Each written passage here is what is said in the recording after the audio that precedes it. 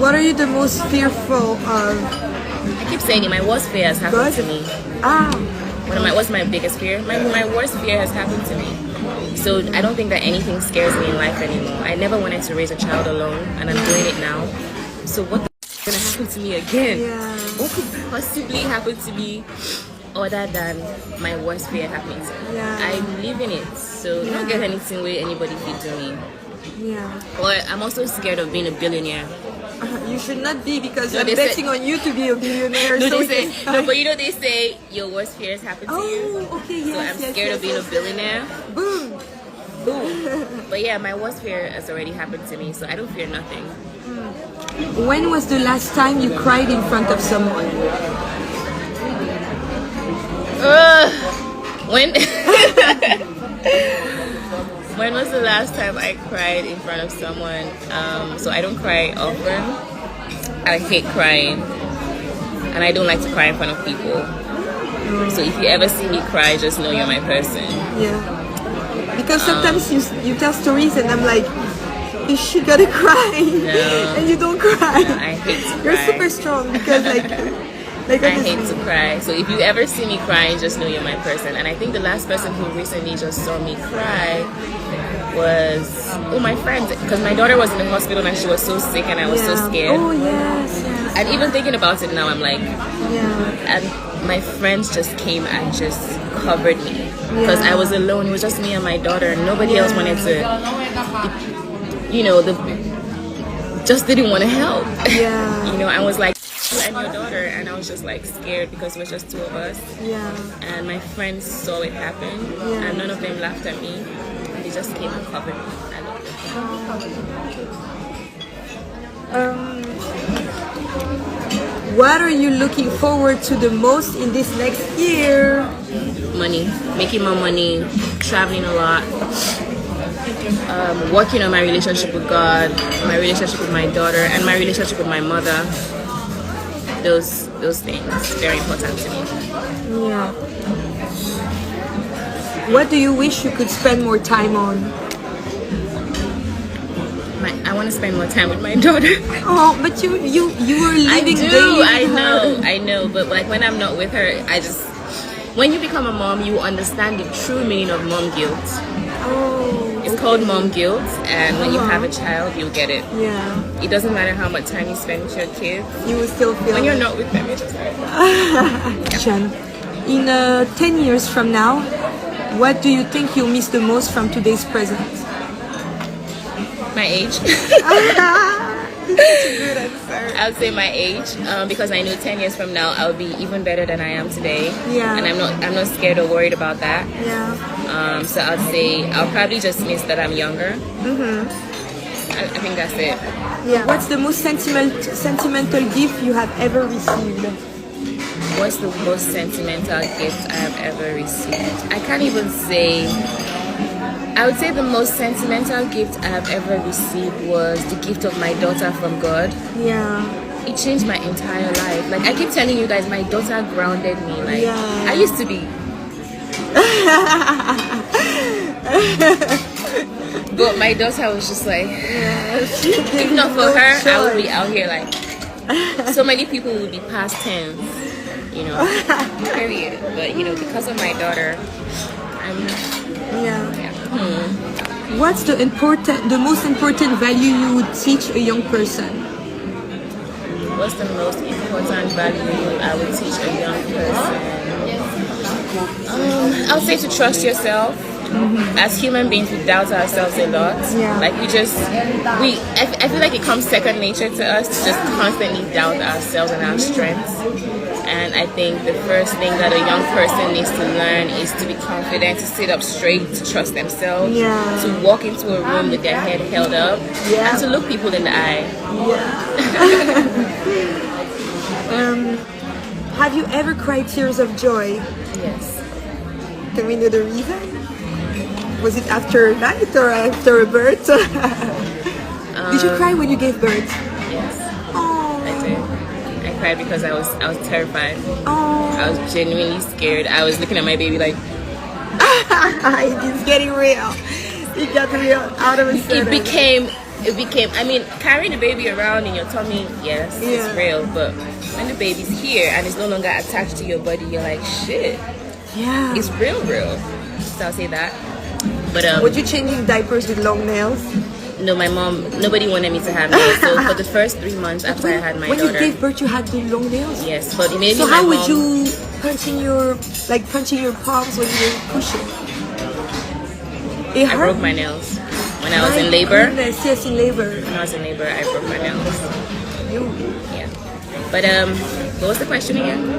Have you ever cried tears of joy? Yes, I recently cried tears of joy after I visited the Fancy office and the Estee Lauder offices, and just I did not expect for God to have what He had in store for me. So when I got there and I experienced it, I was just like, I was like, how do I deserve this? It's amazing. If a crystal ball could tell you one truth, what would you ask?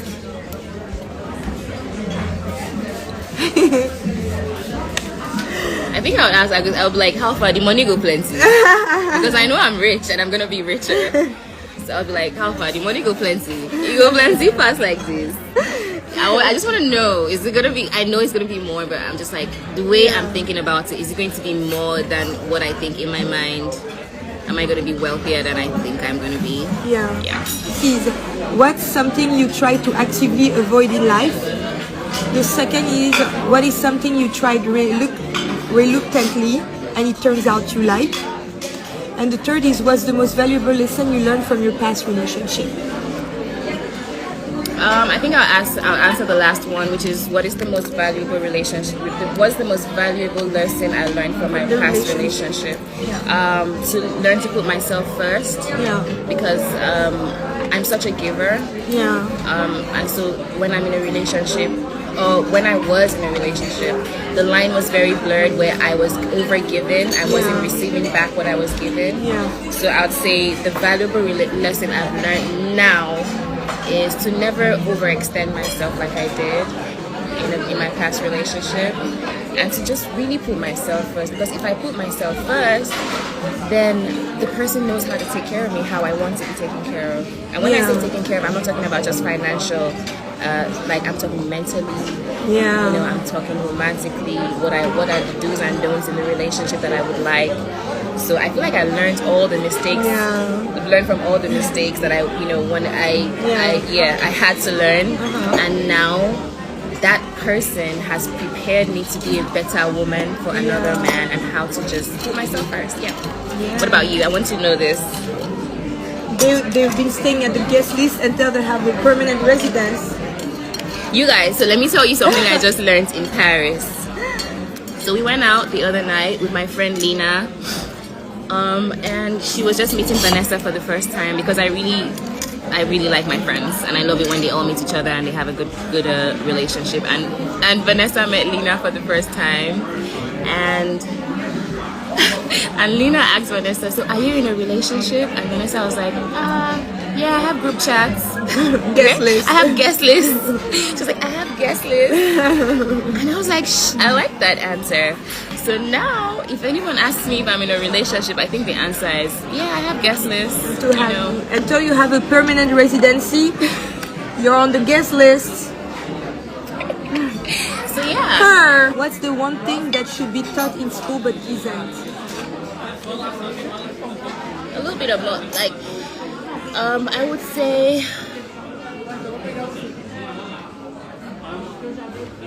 we need to unlearn tribalism in every aspect. They teach it at school? Well, they teach us about individual tribes, but they don't teach us about the implications of tribalism and how unconsciously we are even tribalistic without even knowing it. Because now it's one of the biggest problems that we face as millennials, as Gen Z, as the people coming after Gen Z. I feel like we need to unlearn the tribalism, and I feel like a good place to start will be at school, just so that, as you know, kids are being taught about different tribes and different ethnic groups, they are also taught to respect those ethnic groups and to not be tone deaf or insensitive. But I've had to unlearn so many things because my tribe is different from my daughter's tribe. Yeah. And I used to tease her all the time and be like, you're such a Yoruba girl. And I find that it's wrong too. Yeah. I need to unlearn that. And just, you know, love her. Yeah. So I would say they need to teach us more of that in schools, to just learn to respect other people's like tribes and just we're all one. We're all the same skin color anyways. Yeah. When do you feel the most protected and taken care of? When I pray. Oh. When I pray, I feel super protected and well taken care of. Yes. Quality you wish you had that you don't. I think I have all the qualities I need to be who I am. So I think that God was very generous with me. Oh, look at her. I honestly think I have everything I need. Yeah. What childhood dream have you accomplished? What childhood dream have I accomplished? To be a business owner. Boom. And I own multiple businesses. And that's that. The fact that I own multiple businesses, I always wanted to be like a businesswoman. Yeah. You know, do so many things in my life, in my career. And I'm doing them. What memory instantly makes you happy? Always makes you smile? What memory? I'd say every single fun memory with my daughter. Oh. She's so funny. We don't eat pork. We don't eat pork. She's so funny and she's such a little lady. Like sometimes I randomly would just be sitting down and just burst out laughing. Merci. And I'll just randomly burst out laughing because she's truly a funny person and she's super fun. She's super fun. Yeah. Like, are you truly happy? 101%. Oh.